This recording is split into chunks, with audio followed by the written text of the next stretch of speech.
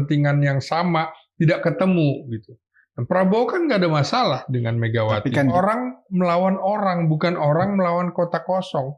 Ini menjadi citra buruk Indonesia sebagai negara demokrasi ketiga terbesar di dunia. Artinya apa? Bismillahirrahmanirrahim.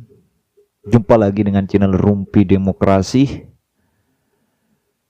Ngomong-ngomong berbicara persoalan pilkada, saya rasa tidak mungkin di pilkada ini akan melawan kota kosong dan ini akan merusak demokrasi yang ada di Indonesia. Tanpa banyak basa-basi, mari kita lihat video sebagai berikut. Kepentingan yang sama tidak ketemu gitu. Dan Prabowo kan nggak ada masalah dengan Megawati. Tapi kan juga kita nggak bisa mensederhanakan begitu aja. Iya. Begitu. Memang secara gutak-gatik para petinggi partai ini, ya anggaplah kota kosong ini akan memudahkan proses pilkada di DKI. Tapi kan nggak sesimpel itu. Apa ia pemilih di Jakarta mau memilih dengan hanya satu pasangan gitu loh. Kalau terjadi ini kan satu nggak sesederhana pasangan itu gitu loh. Dampaknya golput itu akan meningkat Nah, dan makanya. bisa menang. Iya, Justru yang menang. Nah, bisa menang. Ini kalau itu yang terjadi berarti bisa terjadi pemilihan ulang atau deadlock atau ganti pasangan. Citra Indonesia buruk di mata dunia. Kalau ini kan terjadi kalau bagaimana? masalah Makassar itu kan justru bukan dengan PLT gubernur dan setahun lagi Iya. ada proses lagi dari awal lagi dan baru berjalan setahun kemudian. Nah, kalau Bung Ginting melihat bagaimana?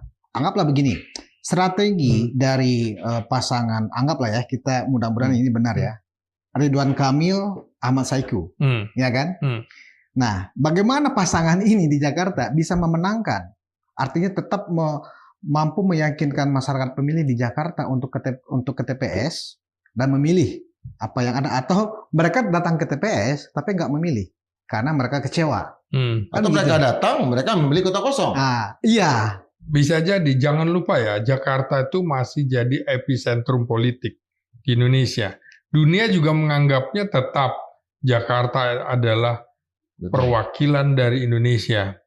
Kalau itu sampai terjadi kota kosong, protes vote. Demokrasi itu kan publik melawan publik gitu. Masyarakat melawan masyarakat, orang melawan orang, bukan orang melawan kota kosong. Ini menjadi citra buruk Indonesia sebagai negara demokrasi ketiga terbesar di dunia. Artinya abang mau mengatakan bahwa ini bukan citra buruk Indonesia, tapi pemimpin-pemimpinnya. Citra buruk bagi Pak Jokowi, citra buruk bagi, mohon maaf, Pak Prabowo sendiri. Iya, terutama yang kena imbasnya adalah Prabowo. Karena ini pilkada ini dilangsungkan di masa peralihan yang siapapun pemenangnya nanti, presidennya sudah presiden terpilih. Tapi kan abang yakin tadi Pak Prabowo nggak akan Iya, menurut saya Prabowo tidak akan seganas Jokowi untuk jangan-jangan informasinya udah langsung dari Pak Prabowo nih ke abang. Oh enggak. Oh enggak ya? Paling tidak kita membaca cara berpikir dia ya. Ya. Seperti itu. Dia kalah aja bisa nerima begitu. Kalah bisa nerima. Kalau dia mau protes bisa panjang gitu. Tapi dia nggak mau untuk kepentingan bangsa yang lebih besar. Saya kira untuk kepentingan bangsa yang lebih besar, kita juga tidak akan mendukung adanya calon tunggal melawan kota kosong. Kalau berdasarkan data yang Bung Ginting, kalau dia bisa, kenapa saya enggak? Maka dia minta 2. Jawa Barat dan Jakarta. Jawa Barat untuk yang semula itu, ya untuk Gerindra. Jawa Barat yang semula untuk Golkar dalam hal ini Ridwan Kamil ditukarkan. Karena Deddy Mulyadi adalah orang Gerindra. Ya, tapi kan di Jakarta Ridwan Kamil bukan orang Gerindra. Betul. Komposisinya ini kan Koalisi Indonesia Maju yang terdiri dari Golkar, Gerindra, itu 2 gajah di situ. Ditambah ada Demokrat, PAN, terus yang lain kecil-kecil ya. Enggak, maksud saya PSI, pertanyaan saya tadi PBB gini, dan lain-lain. Di dalam profesi kunci itu tadi, itu orang menuduhnya ini sebagai Jokowi efek. Iya. Padahal kan Jokowi kan tetap sebagai seorang presiden. Betul. Ya, tapi politik itu kan bukan ruang hampa. dia ada peran konstitusional yang bisa dia mainkan sebagai eksekutif, punya kekuasaan full. Jangan lupa bagaimana dia menempatkan PLT atau PJ kepala daerah atau gubernur. Itu orang-orang khusus, orang-orang titipan istana untuk wilayah-wilayah terutama yang akan bertarung dengan PDIP. Sangat keras sekali pertarungannya. Kenapa ini Banten menjadi agak kekecualian gitu? Sepertinya Golkar justru ditinggalkan oleh Kim. Nah, Terakhir nih informasi terakhir kan Golkar dengan PDI Perjuangan atau apa yang akan terjadi? karena PDIP tidak kuat di Banten. PDIP tidak kuat di Banten. Jadi Kim itu Koalisi Indonesia Maju plus gitu ya. Itu hanya untuk wilayah-wilayah tertentu dalam menghadang PDIP. Dalam menghadang PDIP.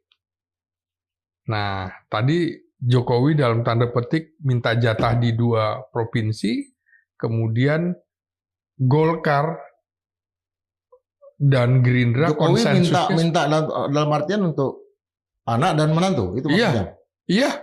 Maka kemudian. Padahal Bobi kan juga Gerindra kan. Kenapa? Dia kan kader Gerindra, dikasih kartu Gerindra. Iya, tetaplah orang Jokowi kan. Ya, betul, begitu. betul. Maka menurut saya juga Kaisang juga akan ditempatkan di sini. Wakil gubernur Di Jawa sini? Tengah. Jawa Tengah untuk mendampingi Lutfi. Nah, bisa saja kemudian dalam perkembangannya nanti Lutfi itu ditarik ke Jakarta di kabinet, kira-kira begitu. Maka Kaisang menjadi gubernur. Kalau saya melihatnya begini, Bung. Iya. Sebenarnya bukan Jokowi efek. Iya. Tetapi adalah Jokowi Prabowo efek. Kenapa? Kan kita nggak bisa juga memungkiri ya, pasangan 02 yang di sana ada Prabowo Gibran, di sana ada Jokowi, kan pemenang. Iya, Sejarah ditentukan oleh pemenang. betul. Begitu, ya kan? Artinya apa? Kalau hanya dibilang Jokowi efek, nggak tepat. Saya melihat ini Jokowi Prabowo efek. Makanya provinsi-provinsi kunci itu memang sudah dirumuskan, sudah dibahas berdua nih antara Jokowi dan Prabowo. Bung sepakat atau tidak sepakat dengan hipotesis itu? Ya, yang jelas tidak akan ada matahari kembar. Oke. Matahari cuma satu. Maka diberikan tempat. Jokowi efeknya itu tadi. Misalnya di Sumatera Utara, di Jawa Tengah. Oke. Prabowo efek ini juga berperan. Mengapa Golkar mengalah untuk di Jawa Barat dan Jakarta? Karena dia juga berpikir.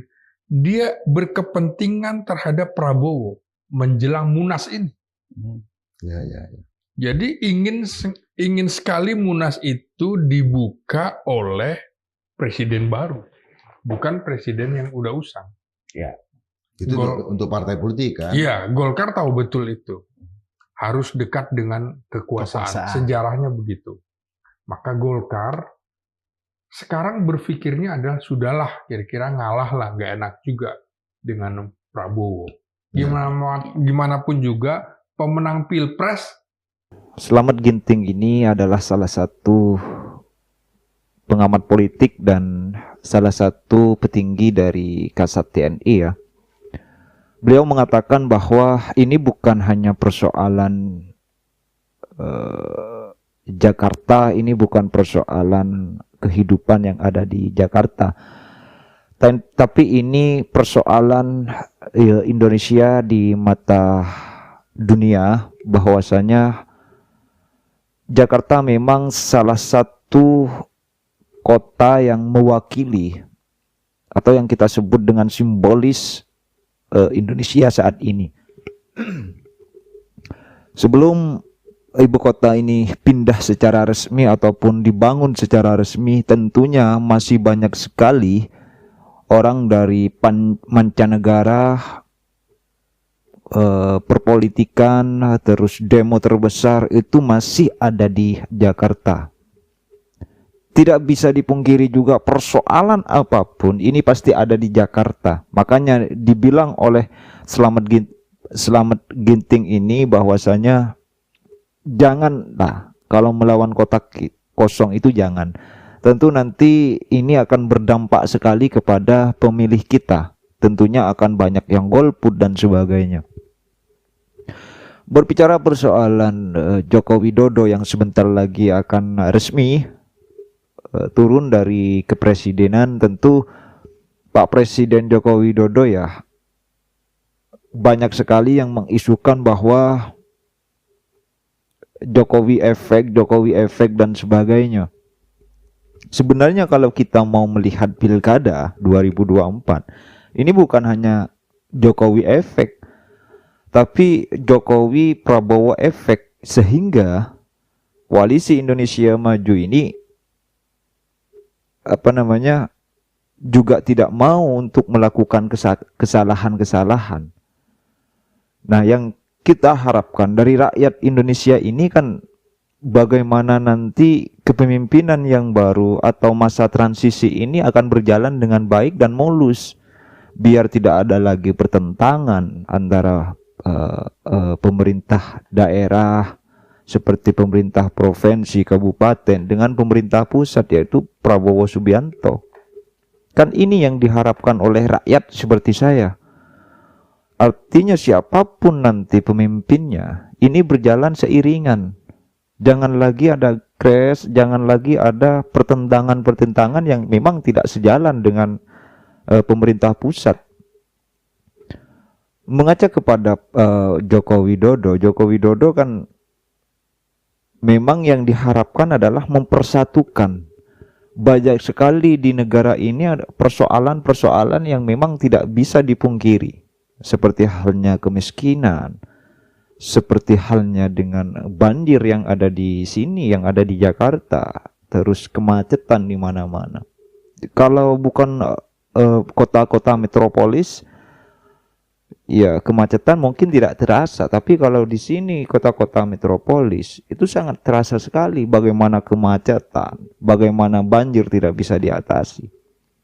Gimana bisa diatasi kalau pemerintah pusat dengan pemerintah provinsi kota itu tidak seiringan berjalannya?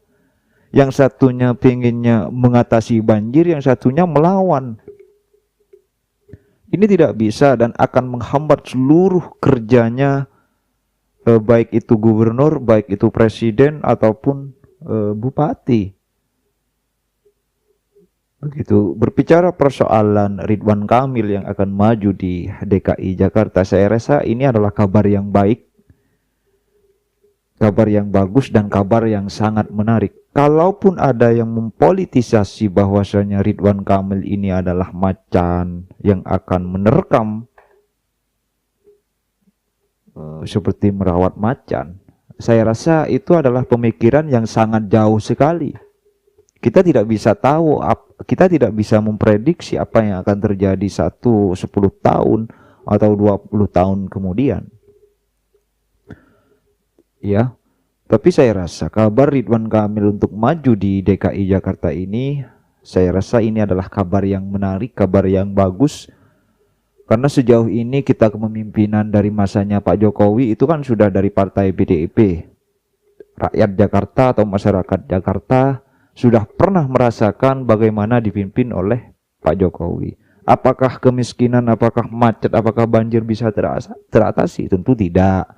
Masih banyak kekurangan-kekurangan yang perlu diperbaiki di masanya Pak Jokowi waktu itu. Terus kemudian di masanya Pak Anies Baswedan. Di masanya Pak Anies juga saya rasa kemiskinan, banjir, macet itu juga tidak terasasi. Bahkan Pak Anies Baswedan ketika menjabat di Gubernur Jakarta, Pak Anies membuat sumur serapan yang sampai saat ini juga tidak berguna gitu. Nah, bahwa hari ini ada sosok calon yang baru atau pendatang baru, yaitu Ridwan Kamil, boleh dicoba dulu lah masyarakat Jakarta seperti apa kepemimpinan Ridwan Kamil. Apakah bisa mengurangi kemacetan, banjir, ataupun polusi yang ada di Jakarta ini. Saya rasa itu. Jadi Ridwan Kamil datang ke Jakarta atau OTW ke Jakarta ini perlu diapresiasi juga gitu. Tidak hanya bilang bahwa memelihara macan, anak macan. Saya rasa itu silahkan disimak. Jangan lupa untuk di-subscribe, tulis komentar kalian, dan jangan lupa untuk di-like biar tidak ketinggalan dari informasi dari channel ini. Terima kasih dari saya. Assalamualaikum warahmatullahi wabarakatuh.